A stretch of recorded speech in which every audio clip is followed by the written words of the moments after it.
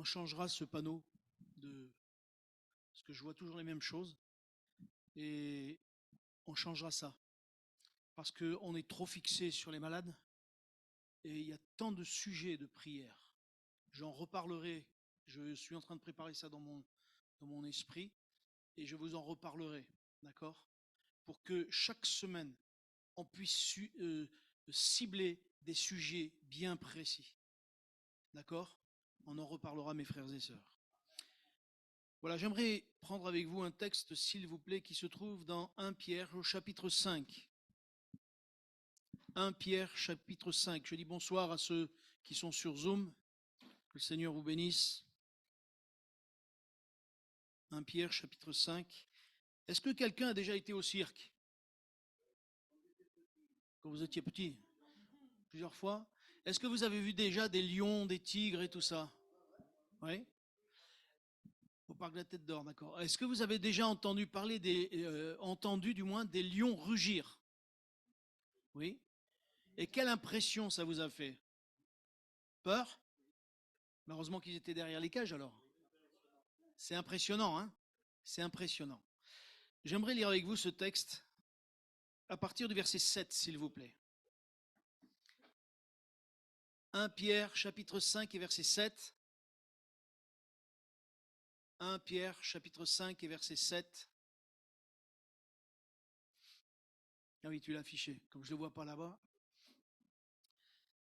Il est écrit, déchargez-vous sur lui de tous vos soucis, car lui-même prend soin de vous. Soyez sobres, veillez.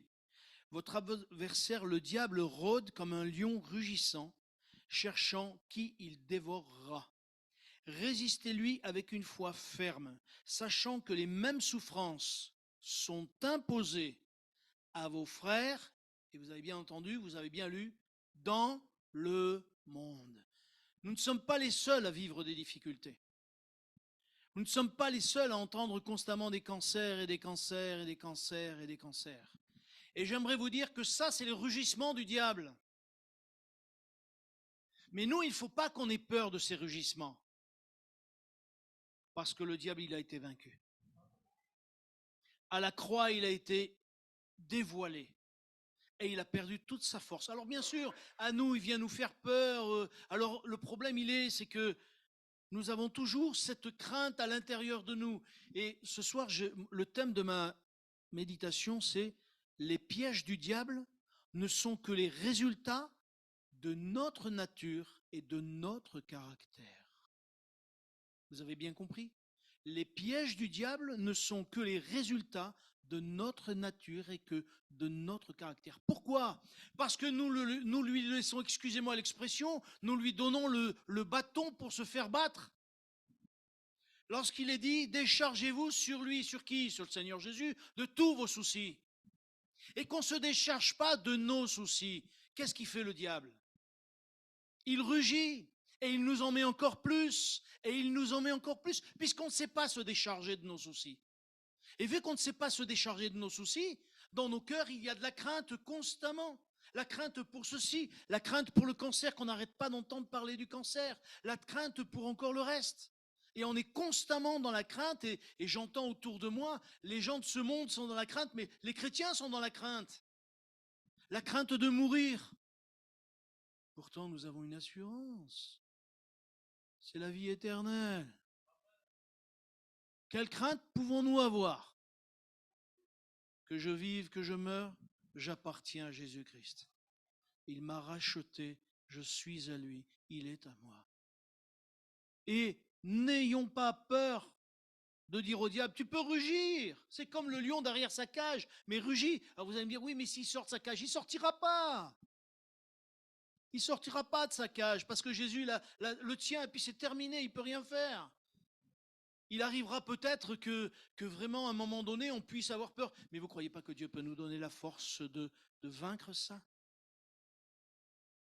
Le diable se sert de nos peurs pour que justement nous ne puissions pas prier comme il faut que nous prions, que nous ne puissions pas nous attacher davantage à Christ. Nous fixons nos regards sur nos peurs, sur nos soucis, sur nos difficultés. Et il rugit et il nous fait trembler. Mais non, il a été vaincu, et ça, il nous faut bien le comprendre. Il a été vaincu à la croix. Et aujourd'hui, nous sommes plus que vainqueurs.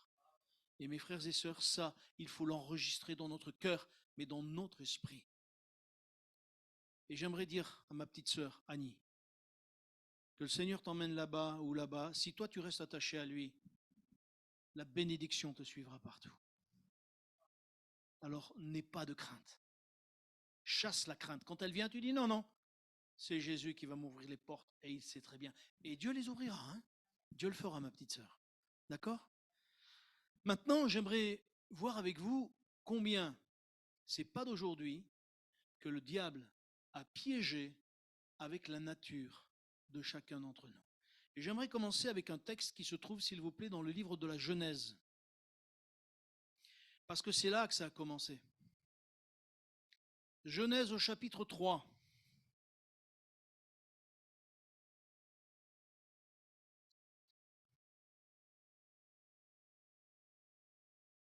Et à partir du verset 1. Il est écrit, chapitre 3, verset 1, le serpent était le plus rusé de tous les animaux des champs que l'Éternel Dieu avait fait. Il dit à la femme, Dieu a-t-il réellement dit, vous ne mangerez pas de tous les arbres du jardin? La femme répondit au serpent, nous mangerons du fruit des arbres du jardin, mais quant au fruit de l'arbre qui est au milieu du jardin, Dieu a dit, vous n'en mangerez point et vous n'y toucherez point, de peur que vous ne mouriez. Alors le serpent dit à la femme, vous ne mourrez point, mais Dieu sait que le jour où vous en mangerez, vos yeux s'ouvriront et que vous serez comme Dieu, connaissant le bien et le mal. La femme vit que l'arbre était bon à manger et agréable à la vue, et qu'il était précieux pour ouvrir l'intelligence. Elle prit de son fruit et en mangea. Elle en donna aussi à son mari qui était auprès d'elle, et il en mangea. Amen. Et le reste, on le sait ce qui s'est passé.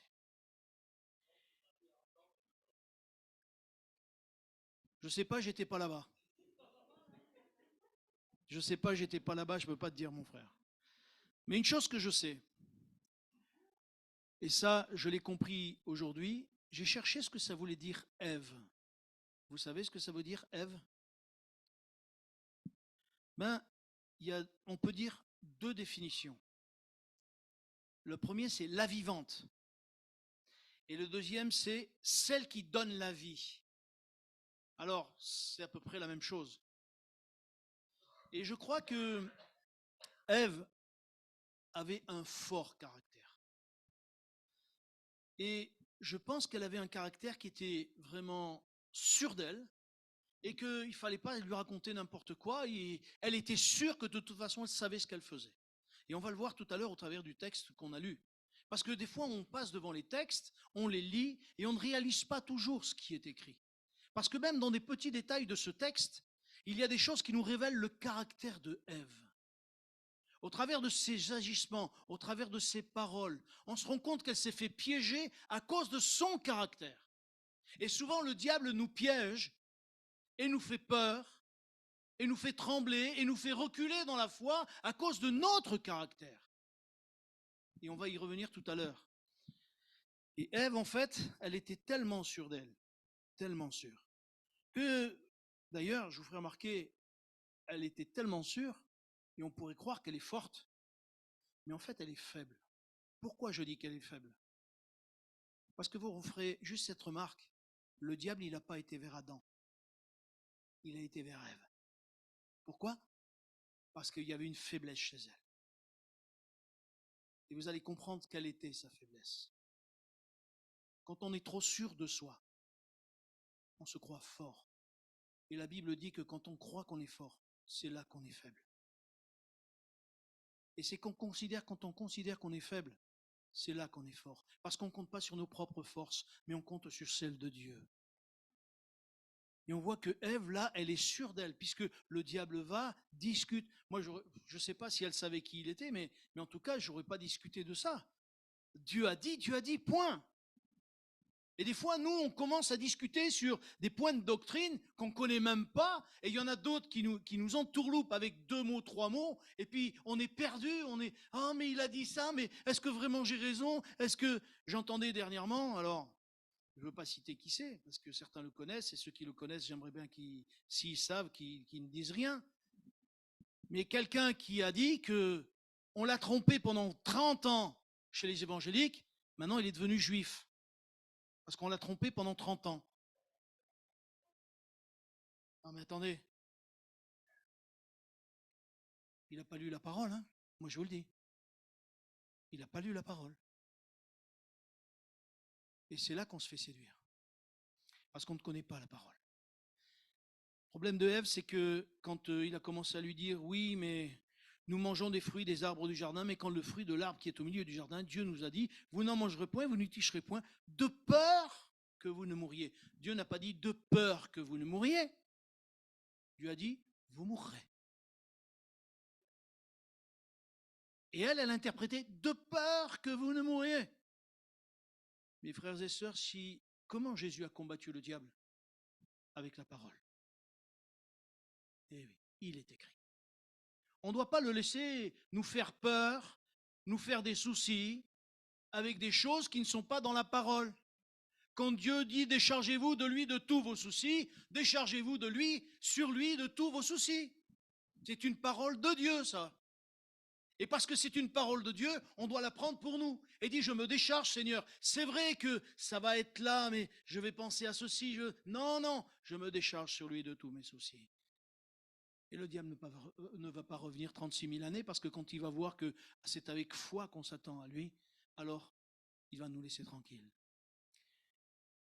Et comme le diable a vu qu'il y avait une petite ouverture, l'ouverture elle est petite, hein, elle est juste là, mais de peur que vous ne mouriez. C'est la petite ouverture. La petite ouverture. Et il va dire alors, le serpent dit à la femme, vous ne mourrez point, mais Dieu sait que le jour où vous en mangerez, vos yeux s'ouvriront. Il commence déjà à, ça y est, il l'a déjà endormi, et elle se laisse endormir. Et ce qui est important de voir, c'est la suite.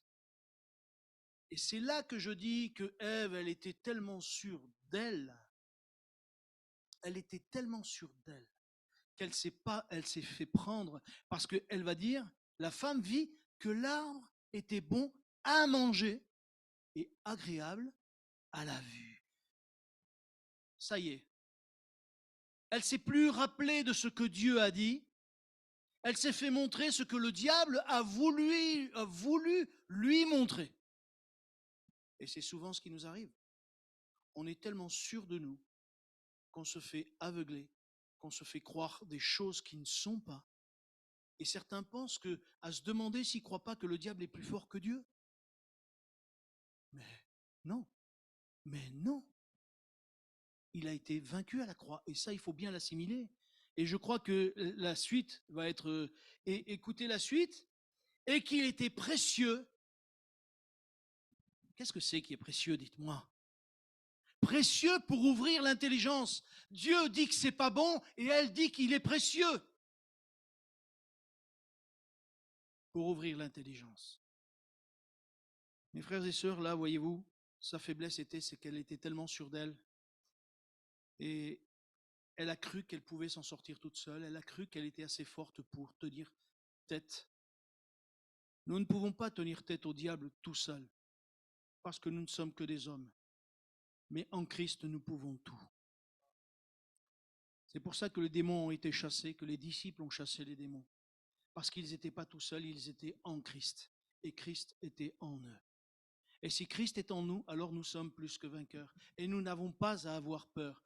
Je sais que des fois, j'ai parlé avec des frères et sœurs qui sont africains et qui ont peur. Parce qu'en Afrique, c'est courant qu'il y ait des démons, il y a des choses comme ça. Moi, j'ai même entendu ici en France des mariages algériens où les manifestations de démons se révèlent là, à ce moment-là. Et les gens ont peur de ça. Et bien sûr, ils y touchent, alors qu'ils ne devraient pas y toucher. Mais en Christ, nous n'avons pas à avoir peur de ces choses-là. Et nous ne devons pas nous laisser piéger dans ce domaine-là. La Bible dit que l'orgueil précède la chute. Elle était tellement sûre d'elle, elle n'a pas réalisé que même si elle donnait la vie, même si elle allait donner la vie, c'est pas pour ça qu'elle n'avait pas besoin de Dieu. Elle avait besoin de Dieu, mais elle n'a pas réalisé. Elle a mis sa parole de côté et nous devons veiller à ce que sa parole ne soit pas mise de côté. Parce que si nous mettons sa parole de côté, nous ne pourrons pas gagner, même sur nos propres vies. C'est pour cela que je disais tout à l'heure que dans nos caractères, il faut vraiment que nous puissions faire attention à ce que ça ne vienne pas piéger nos vies. Parce que le diable essaiera toujours de nous troubler de toutes sortes de manières. Jésus a dit, priez sans cesse. C'est pas pour rien qu'il a dit prier sans cesse. C'est afin que nos cœurs soient remplis de sa présence et que nous n'ayons pas peur du lendemain, que nous n'ayons pas peur du lion qui rugit, que nous n'ayons pas peur de tout ce que nous pourrons entendre. Parce que je tiens à vous dire que ce qu'on entend aujourd'hui, ça va encore s'empirer.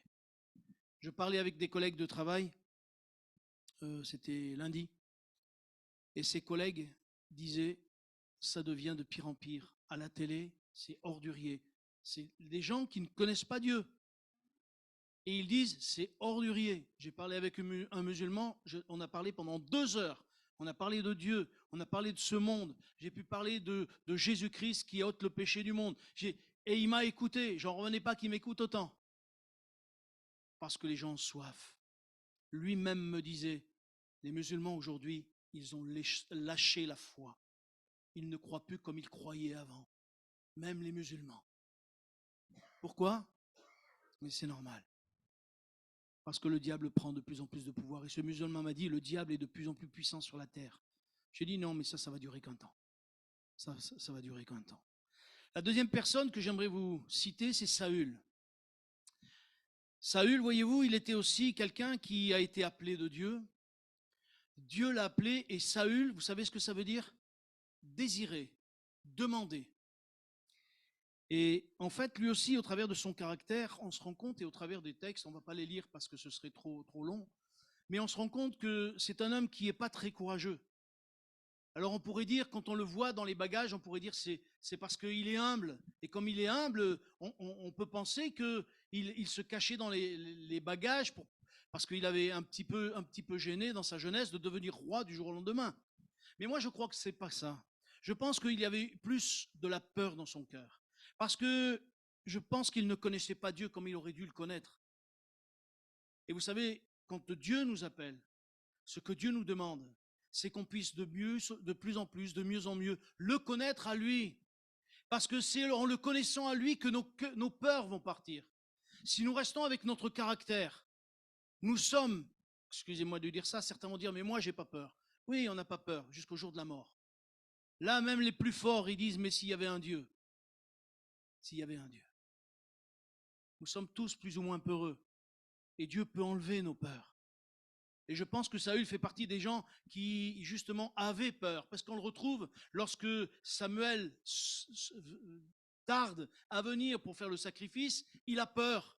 Il a peur que les batailles viennent, et alors que Samuel lui a dit, attends-moi jusqu'au dernier moment, attends-moi, je viendrai et tu auras la victoire. Mais il avait peur à la fois de la bataille, il avait peur du peuple qui partait de tous les côtés. Il dit, je vais me retrouver seul à combattre. Pourquoi il avait peur? Parce qu'il n'avait pas confiance en son Dieu. Parce qu'il n'avait pas confiance en celui qui justement l'avait installé roi. Vous croyez que si Dieu nous appelle à quelque chose, il va nous laisser seuls? Vous croyez que Dieu va nous laisser seuls dans nos combats, dans nos luttes? Vous croyez qu'il va nous laisser seuls quand le diable rugit de tous les côtés et qu'il fait peur à ce monde? Mais nous n'avons pas à avoir peur. Si Dieu est avec nous, qui sera contre nous? Et ce qui se passe, c'est que non seulement Saül, il a eu peur, mais il a pris de l'orgueil aussi. Parce qu'à un moment donné, il s'est fait monter une statue, si vous vous rappelez bien. Vous avez lu ce texte où il s'est fait monter une statue? Hein? Est-ce qu'il avait peur d'être oublié? Je ne sais pas. Mais en tout cas, il s'est monté une statue. Et ils vont dire à Samuel, quand Samuel va dire où est, ils vont dire, mais Saül, il s'est monté une statue maintenant. Il est devenu quelqu'un, il se prend pour quelqu'un. Et voyez-vous, c'est comme ça que le diable nous piège. Le jour où on se prend pour quelque chose. Je vous l'ai dit souvent, nous à Givors, je vous l'ai dit. Le jour où nous, prédicateurs, on se prend pour quelque chose, on est mort. Ce jour-là, on est mort. Le jour où le chantre, celui qui fait chanter, il se prend pour quelque chose, il est mort spirituellement. Le diable l'a piégé, c'est fini. Celui qui nous fait grâce, c'est Dieu. Celui qui nous donne, c'est Dieu. Celui qui fait de nous ce que nous sommes, ou en tant que chrétien, ou en tant que serviteur, quel que soit le service d'ailleurs, quel que soit le service. Si on se prend pour ce qu'on n'est pas, le diable nous a piégés. Mes frères et sœurs, il nous faut veiller sur l'humilité de nos vies et demander au Seigneur de nous faire grâce. Seigneur, aide-moi à rester humble, aide-moi à rester vraiment quelqu'un qui te serve, non pas parce que je veux un but, quelque chose, mais je te sers parce que tu es mon Dieu, parce que tu es mon roi, parce que tu m'as sauvé. Et voyez-vous, contre ça, le diable, il peut rien faire. Lorsqu'on commence à dire mon œuvre est pour le roi, et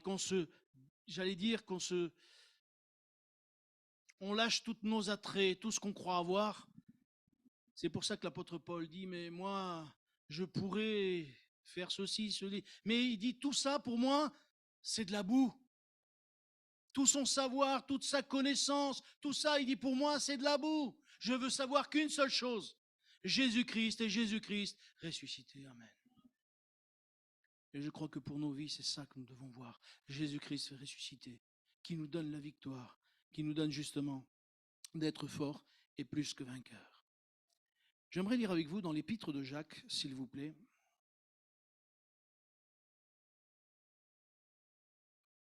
Parce que vous savez, il y en a d'autres, comme Ève, comme Saül. Il y a Judas, par exemple. Jacques, chapitre 1.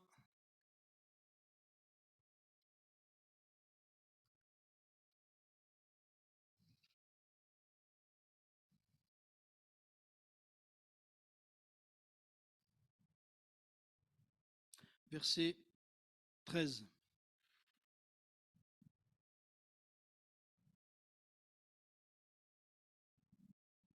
Il est écrit, 1, 13, que personne, lorsqu'il est tenté, ne dise « c'est Dieu qui me tente », car Dieu ne peut être tenté par le mal, et il ne tente lui-même personne. Mais chacun est tenté quand il est attiré et amorcé par sa propre convoitise. Puis la convoitise, lorsqu'elle a conçu, enfante le péché, et le péché étant consommé, produit la mort. Amen. Ève, elle a convoité quoi, dites-moi? Qu'est-ce qu'elle a convoité, Ève? Non? La connaissance. Vous serez comme Dieu. Elle a convoité de devenir comme Dieu. Et elle a eu ça dans la pensée. Elle veut devenir comme Dieu. La convoitise enfante le péché. Et le péché, la mort. C'est exactement ce qui est arrivé. Saül, il a convoité quoi, dites-moi? De rester à tout prix sur le trône. Il va dire à Samuel à un moment donné, il va lui déchirer le vêtement de Samuel, il dit, reste avec moi devant le peuple pour pas que le peuple dise que tu es plus avec moi, viens avec moi, parce qu'il voulait le trône, il convoitait que lui et sa famille ils aient le trône à tout prix. Plus nous convoitons les choses, et plus le diable se sert de ce que nous sommes pour nous piéger.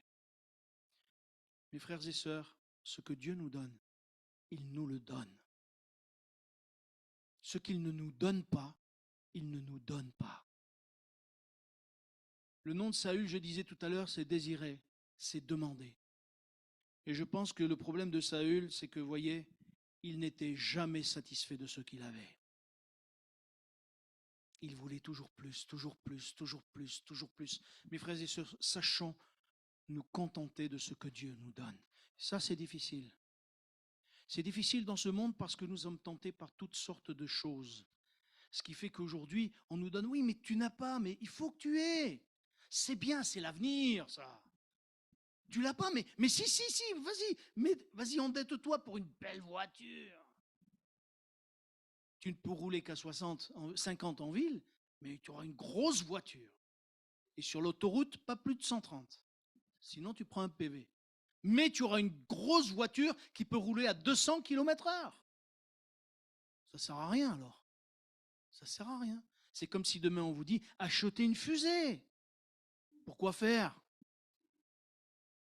Ben oui, c'est pareil. Mais ça, c'est parce qu'ils mettent dans nos cœurs la convoitise, pour convoiter plus, pour avoir plus. Et le diable se sert de nos caractères et de ce que nous sommes. C'est pour ça que la parole de Dieu nous amène souvent à dire soumettez-vous à Dieu, et on l'a vu dimanche. Soumettez-vous donc à Dieu. Et si l'on ne se soumet pas à Dieu, ce qui arrive dans nos cœurs, c'est que notre vieille nature revient. Et elle a vite fait de revenir par l'orgueil, par la suffisance, par la peur de ne pas plaire aux hommes, la peur d'être oublié, la peur de perdre sa place. Vous savez, aujourd'hui je prêche ici. Mais si demain le Seigneur me dit retourne dans les chaises, ça ne me gêne absolument pas. Parce que je ne suis pas destiné à vivre sur la terre. Moi, je veux que mon nom soit inscrit dans le livre de vie, c'est ça qui m'importe. Le reste, je sers Dieu ici, mais si je le sers sur ma chaise en train de louer Dieu, en train de prier Dieu, c'est pareil, c'est le même prix pour moi, parce que le prix, c'est Jésus qui l'a payé. Et moi, ce qui est important, c'est que dans l'éternité, je puisse être à côté de Jésus. Bon, je ne vous laisserai pas ma place si je suis à côté de Jésus, je vous le dis tout de suite là. Hein. Ça, non. Je dis, Georges, que si je suis à côté de Jésus, je ne te laisserai pas ma place.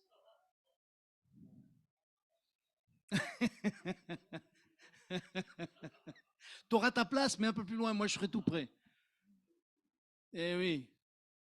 Mais c'est ça, mes sœurs, mes frères, l'essentiel. Nous ne devons pas avoir peur de perdre une place quelconque. Moi, certaines fois, j'ai vu des frères, malheureusement, ne pas comprendre que nous n'avons pas une place, nous servons le Seigneur, point, c'est tout. Je n'ai pas une place spéciale ici, moi. Ma place, elle est auprès du Seigneur là-haut, c'est ce qui m'importe. J'aimerais encore prendre un texte, si vous le voulez bien. Je vais essayer d'aller vite.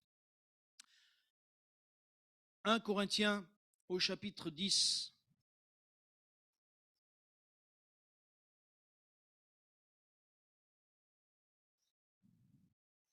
« 1 Corinthiens chapitre 10, verset 12.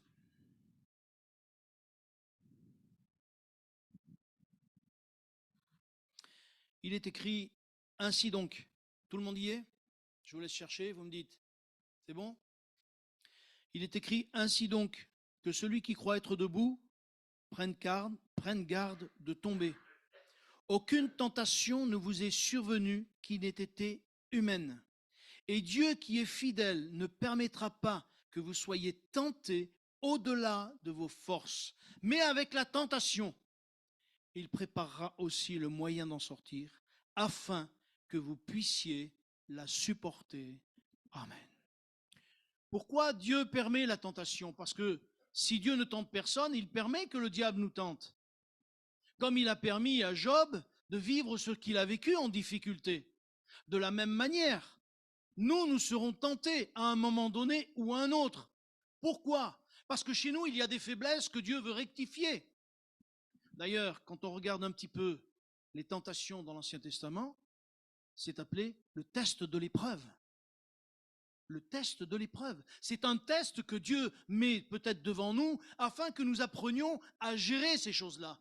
Afin que nous puissions voir quels sont nos défauts, nos difficultés, quels sont nos problèmes. Parce que le diable, quand il rugit, nous l'avons lu ensemble, il rôde comme un lion rugissant pour chercher qui il va dévorer.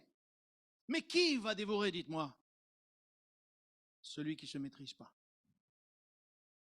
Celui qui n'a pas remis son vieux caractère à Jésus. Celui qui se bat encore avec ses, excusez-moi l'expression, ses vieux démons. C'est pas qu'il est possédé, hein. C'est pas ce que je veux dire du tout. Hein. Ça veut dire sa vieille nature qui est là toujours. Et il se bat avec sa vieille nature. Et le diable, il rôde. Et il attend un moment de faiblesse pour pouvoir justement attaquer. Et vous savez, il nous connaît peut-être le diable mieux que ce que nous-mêmes, nous connaissons. Parce que c'est étrange que des fois nous ne voyons pas quand chez nous, il y a de l'orgueil, quand on manque d'humilité, quand on manque de patience, bien que ça encore on le sait un peu. Mais il y a plein de choses chez nous qui ne vont pas. et nous ne savons pas les remettre au Seigneur en disant, Seigneur, viens régler mon problème ici. Seigneur, viens régler mon problème. J'ai un problème. Vous savez, il y a des gens qui ont le problème avec l'argent. Et ils n'aiment pas. Pour eux, ce n'est pas un problème. Mais c'est un problème. Parce que quand vous lui demandez de payer le café, il dit « Ah, j'ai oublié mon porte-monnaie. » Ben oui. Non, mon frère. Moi, je vais vous raconter un truc. C'est que, je vais faire vite, mais on est au boulot, on est au travail. Au boulot, on a une machine à café et il y a un badge. On a un badge et qu'on remplit avec... voilà. J'ai une collègue, elle est auvergnate, ou vers là-bas, et j'attendais chaque fois qu'elle sorte le badge pour payer le café. Mais comme elle ne le sortait pas, ben je le payais.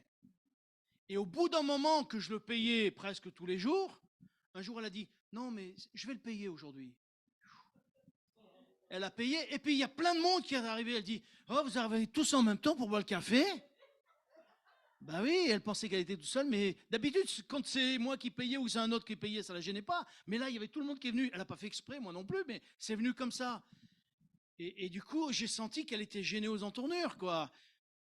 Il y a des gens qui ont des problèmes avec l'argent. Même dans l'église.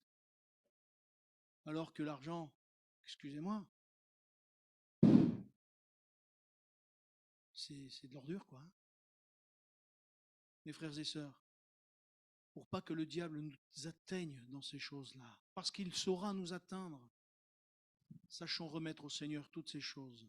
Et je finirai parce que le texte qu'on a lu dimanche et que j'aimerais vous relire pour terminer, c'est Jacques chapitre 4, verset 7, que vous connaissez. Et d'ailleurs, je tiens à vous dire que dans le premier texte qu'on a lu de Pierre, il est à peu près dit les mêmes choses.